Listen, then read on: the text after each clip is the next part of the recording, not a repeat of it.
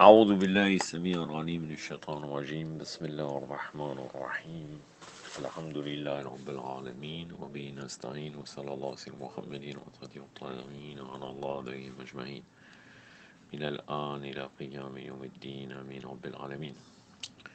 Encyclopédie chiite, la faillibilité des prophètes, alayhimus salam, deuxième partie. Je continue ma lecture avec des commentaires si j'ai quelque chose à ajouter, mais vraiment, comme je vous ai déjà dit, les arguments sont très forts, alhamdoulilah. Dans la présente partie, nous discuterons du soutien logique et de l'infaillibilité, du soutien rationnel de l'infaillibilité des prophètes, et nous fournirons alors quelques traditions de Sahih al-Bukhari et Sahih Yamerdi à titre d'argument. Indépendamment de l'analyse du caractère d'un prophète ou par son caractère décrit par les versets du Coran, une telle particularité peut également être jugée dans les confins de la raison et de la logique. En tant que telle, la question évidente est: est-il raisonnable et réaliste pour un prophète envoyé par le Créateur d'être un pécheur? Découvrons d'abord, lorsqu'Allah envoie un prophète, il le distingue de toutes les créatures en le purifiant du mal et du péché afin qu'il puisse servir d'exemple. En effet, Allah subhanahu wa ta'ala affirme: en effet, vous avez en effet dans le messager d'Allah un excellent exemple pour celui qui espère en Allah et au dernier jour et qui se rappelle beaucoup Allah. Sourate 33, donc la sourate El-Ahzab, le verset 21, un verset très très connu.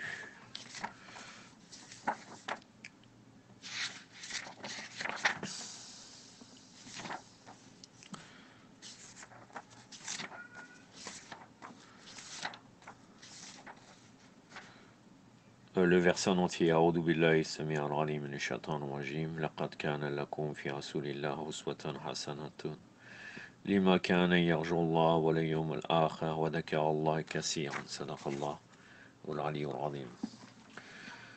Donc un homme qui a été choisi par le Créateur de l'univers pour le représenter sur la terre ne peut pas être de nature mauvaise, ni être un pécheur qui commet des mauvaises actions. Car il a un exemple. Si le prophète est envoyé par l'unité pour qu'il leur conseille de faire de bonnes actions alors qu'il commet des mauvaises, croyez-vous qu'il sera un exemple à suivre? Ce serait comme l'imam d'une mosquée qui ondule des propos en levant sa main à droite: ne buvez pas d'alcool, tandis qu'il tient dans sa main gauche un bidon de bière, une canette de bière. En second lieu, si le prophète sallallahu alayhi wa alayhi encourage la droiture et interdit le mal quand lui-même commet le mal, il est allé en compte des directives d'Allah mentionnées dans le Coran. Ô vous qui croyez, pourquoi dites-vous ce que vous ne faites pas? Il est très détestable auprès d'Allah que de dire ce que vous ne faites pas. Sourate 61, versets 2 et 3. C'est la sourate normalement appelée sourate Saf, de deux têtes, le rang. Je vais vérifier, mais normalement c'est bien cela.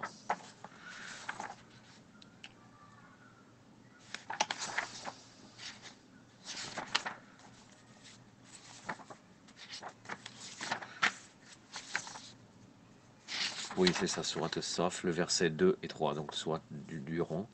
أعوذ بالله السميع العليم من الشيطان الرجيم يا أيها الذين آمنوا لما تقولون ولا تفعلون كبر مقتا عند الله أن تقول ما لا تفعلون صدق الله العلي العظيم.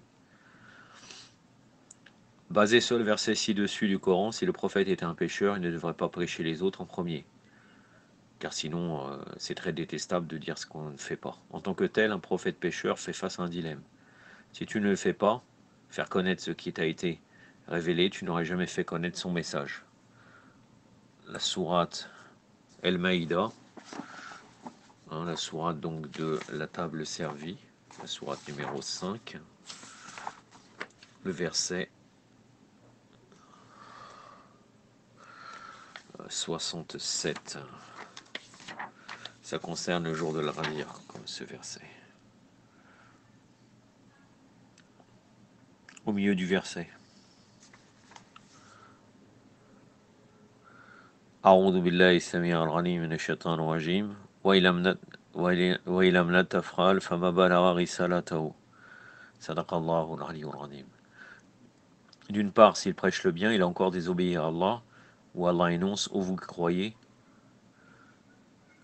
pourquoi dites-vous ce que vous ne faites pas? Il est très détestable auprès d'Allah que de dire ce que vous ne faites pas. De plus, Allah a réprimandé les Juifs en disant: commanderez-vous aux hommes la bonté alors que vous-même vous l'oubliez? Vous lisez le livre, ne comprenez-vous pas? La sourate Al-Baqarah, donc la sourate de la vache,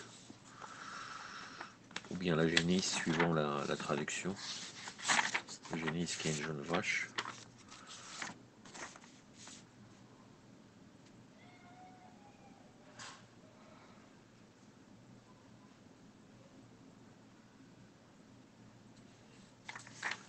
J'étais au verset 144, je me suis trompé. C'est le verset 44.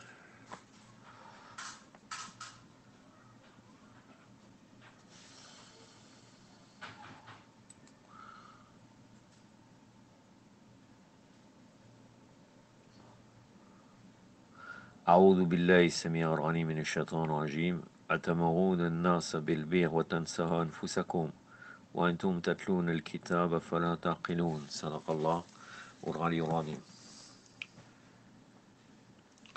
Il est clair qu'un prophète ne peut pas ordonner à un profane d'exécuter la prière sur une base opportune. Lorsque le prophète lui-même oublie de prier, quand il se rappelle, il prie sans ablution. Voilà la référence de Sahih Bukhari ci-dessus.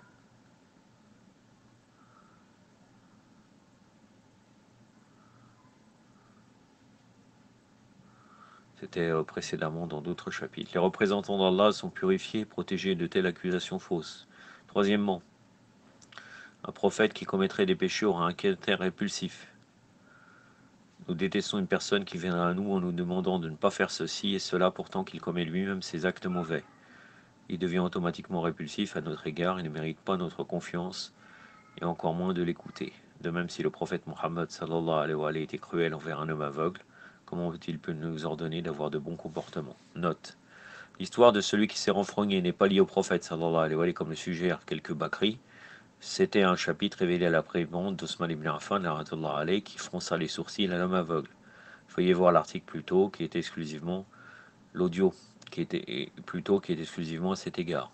Croyez-vous sérieusement qu'un prophète d'Allah alayhi salam était un pécheur? Pourquoi le suivez-vous alors? Personnellement, je ne croirais pas un homme qui prétend être envoyé par Allah subhanahu wa ta'ala, le créateur de l'univers, nous interdisant les péchés et se comporte indignement. Quatrièmement, Allah serait-il capable d'envoyer des prophètes et des messagers qui commettent de mauvaises actions?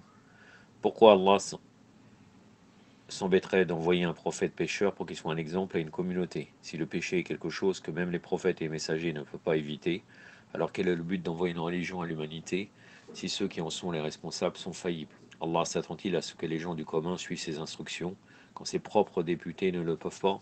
Cinquièmement, un prophète ou un messager est un interprète des ordres d'Allah. En tant que tel, si le prophète est le premier à violer ses directives, qui parmi la communauté respectera ses ordres? Ou s'il est dans un état qui le prive de ses facultés mentales qui occasionnerait une déviance, il interprétera faussement les ordres d'Allah subhanahu wa ta'ala. Si cela se produit, alors sûrement Allah subhanahu wa ta'ala jouerait avec sa création. Car il leur envoie un homme pour interpréter la religion pour l'humanité, pourtant cet homme est sujet à des sortilèges, de la magie et des hallucinations comme les rapports israélites le rapportent. Voir la référence de Sahih Bukhari citée ci-dessus. Quel genre d'exégèse est celui-ci? Qu'Allah soit exalté de telles allégations contre son prophète, sallallahu alayhi wa sallam. Sixièmement, pour les Bakri qui indiquent que le prophète est sans péché ou infaillible seulement dans la livraison, dans la révélation du messager d'Allah, du message d'Allah. À part cela, il est juste comme tous les autres hommes qui commettent des péchés et réalisent des erreurs. Une telle affirmation est illogique. Par exemple, les Mukhalifin ont relaté que le prophète donnait un conseil sur l'agriculture. Les gens ont suivi cette instruction, mais ont enduré une grande perte en suivant sa directive. Il parle de l'épisode de la pollinisation des palmiers marqués dans le Bukhari. Alors le prophète leur a répondu que cela provenait de son interprétation personnelle et non d'une inspiration. Puisqu'après, quand il leur a dit d'arrêter la pollinisation des palmiers, les palmiers ont commencé à dépérir. Et donc après, quand ils lui ont demandé pourquoi, et il lui a dit, moi c'était mon interprétation personnelle et non mon inspiration. Subhanallah. Qui est d'ailleurs en contradiction avec le verset, prophète ne parle pas hors de son désir, ce qu'il ne dit n'est rien d'autre que la révélation qui lui est indiquée, c'est-à-dire toute chose venant du prophète et en vérité infaillible est une révélation. Donc là, les révélations, bien sûr, ce n'est pas, il est toujours inspiré par Allah Azzawajal, mais ce n'est pas la révélation dans le sens que des versets coraniques, ce n'est pas ça. Et tous ces actes sont des actes inspirés par Allah, et donc ça érige une sunna. Donc là c'est la sourate An-Najm, le verset 3 et 4. A'udhu billahi sami'al alim minash shaitanir rajim wa ma yantiqu anil hawa in huwa illa wahyun yuha. Sadaqallah al-aliyyul azim. Comment savons-nous lequel des énonciations du prophète sont d'Allah et ses énonciations personnelles? C'est-à-dire dans le cas où il n'est pas infaillible. Il peut dire quelque chose que les compagnons prennent comme un ordre d'Allah, mais qui pourrait exprimer son propre avis. Si cela se produit, alors toutes les lois divines seront dans le chaos et le désarroi. C'est pourquoi même l'opinion du prophète doit se conformer aux ordres d'Allah. En fait, le prophète avait une raison parfaite, et son ijtihad était dans la conformité parfaite aux ordonnances divines, et sa satisfaction, et c'est pour cette raison que le Coran nous ordonne de lui obéir sans condition. En outre, comment pouvons-nous distinguer les actes erronés ou exacts du prophète? Où serait notre équilibre? Une partie de cet équilibre n'est-elle pas la pratique du prophète sallallahu alayhi wa alayhi lui-même, puisque la pratique du prophète est considérée comme l'une des sources des principes et des détails de l'islam. Nous ne pouvons pas évaluer les actions du prophète par les règles qui sont dérivées de ses actions. Donc toutes les actions du prophète devraient être protégées. Septièmement, si le prophète sallallahu alayhi wa alayhi choisit de fournir le message d'Allah, dont l'un était le Coran, alors qu'il pourrait commettre des péchés, nous émettrons des doutes sur l'authenticité du Coran. Quand le prophète expose un verset du Coran, comment savons-nous que ce verset provient en effet d'Allah subhanahu wa ta'ala, ou d'un effet secondaire, comme l'épisode hallucinatoire du prophète provenant d'un sort, toujours d'après le Bukhari, ou d'après les livres des Mukhalifin. Cela signifierait-il que le livre d'Allah est corrompu par le même homme qui a été envoyé pour le livrer? Huitièmement, imaginez juste qu'une situation impossible se produise, à savoir qu'un prophète recommande instamment à ses disciples de commettre une erreur ou un péché. Les disciples misérables seraient condamnés au mécontentement d'Allah de toute façon. S'ils obéissent au prophète et commettent ce péché, alors ils ont désobéi à l'ordre donné par Allah et seront déshonorés ainsi. Si d'une part ils désobéissent au prophète, ils ont encore désobéi à l'ordre d'Allah sur l'obéissance due au prophète. Ainsi il s'avère qu'un prophète faillible n'apporte rien à part le déshonneur et la condamnation de sa communauté. Neuvièmement, un péché punissable causera la tristesse et la dépression à l'âme du croyant.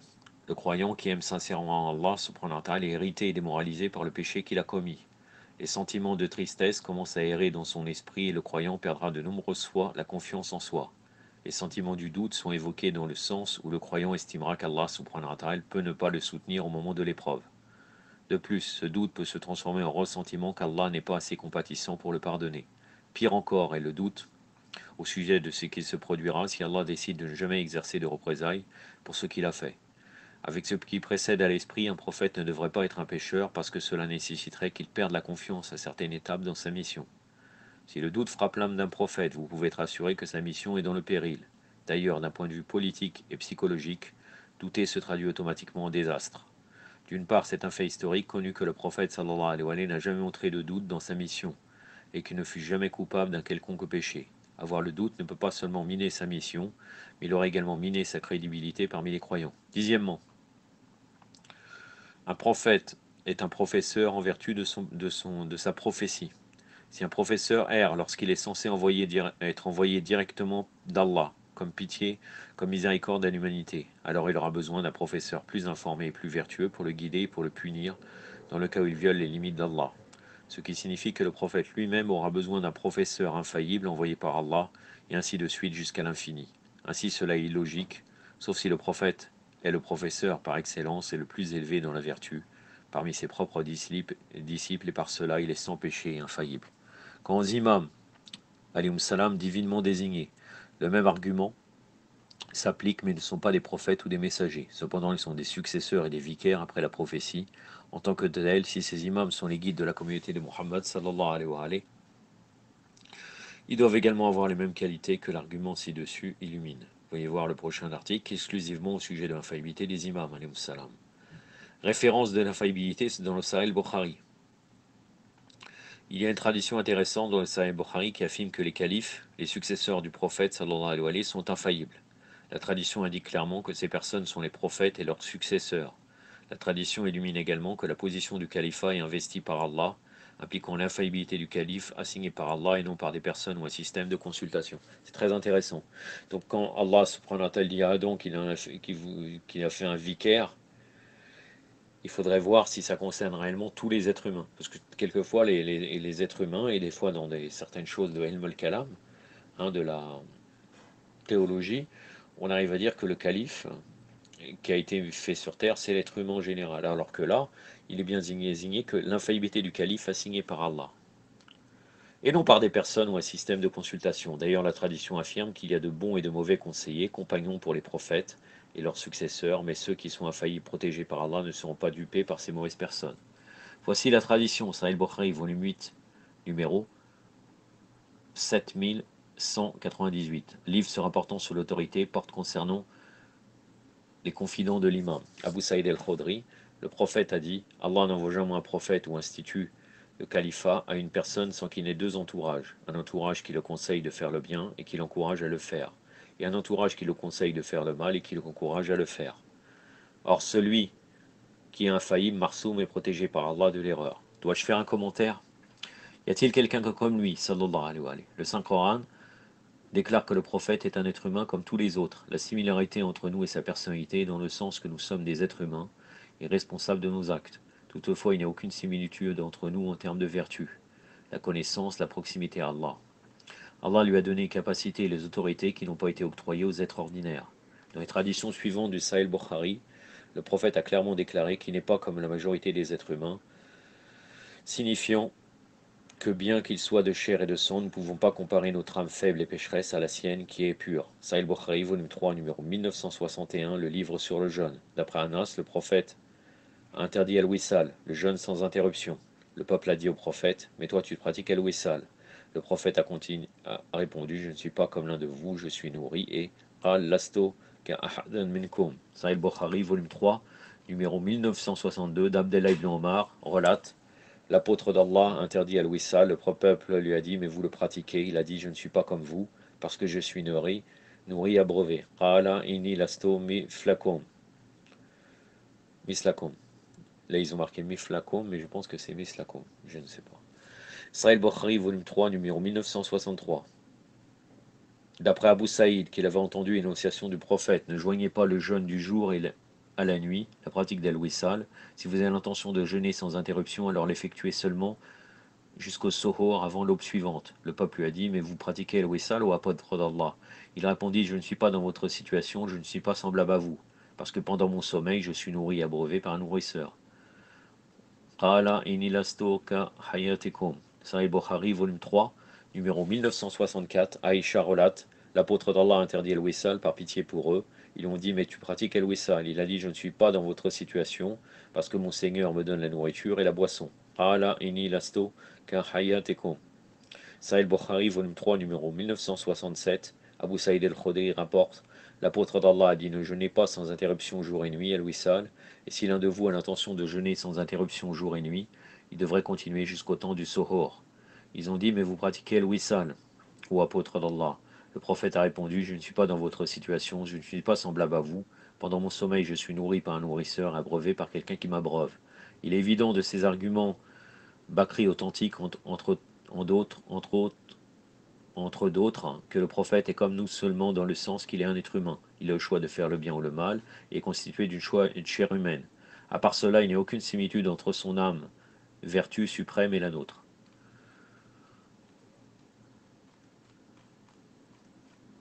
Aujourd'hui, ça va être assez court. Je termine par la référence à l'infaillibilité dans le Sahih at-Tirmidhi. En fait, le prophète, sallallahu alayhi wa sallam, a témoigné lui-même qu'il est lui et sa famille Ahlul-Bayt infaillible et sans péché.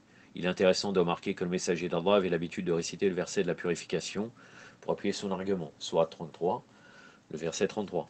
Ibn Abbas relate, le messager déclara, sallallahu alayhi wa sallam, certes Allah a l'intention de vous débarrasser de la souillure aux gens de la maison Ahlul-Bayt et vous purifier d'une purification totale. Et alors le messager d'Allah a dit, ainsi moi et mes Ahlul-Bayt sont purs des péchés. Ça a été remerdi comme cité dans Dour el-Mansour, page al-Din volume 5, page 605-606, 198, sous le commentaire du verset 33 de la sourate 33 du Coran, ainsi que Daël el-Nabawiya par el-Bayhaqi et d'autres tels qu'At-Tabarani, Ibn Mardawayh, Abu Nuaym, etc. Veuillez noter l'expression ainsi dans la partie accentuée de la tradition ci-dessus. Il signifie que le prophète lui-même conclut que cette purification fut aussi gratifiée au Ahlul Bayt, alayhim salam. Ainsi, Le prophète et sa famille sont purs et infaillibles. Inch'Allah, la prochaine fois, je serai dans la troisième partie de l'infaillibilité des prophètes. Yaktafi bad al-Qadr, sallallahu alayhi wa sallam, Muhammadin wa tati wa ta'irin, wa salamu alaikum wa rahmatullah.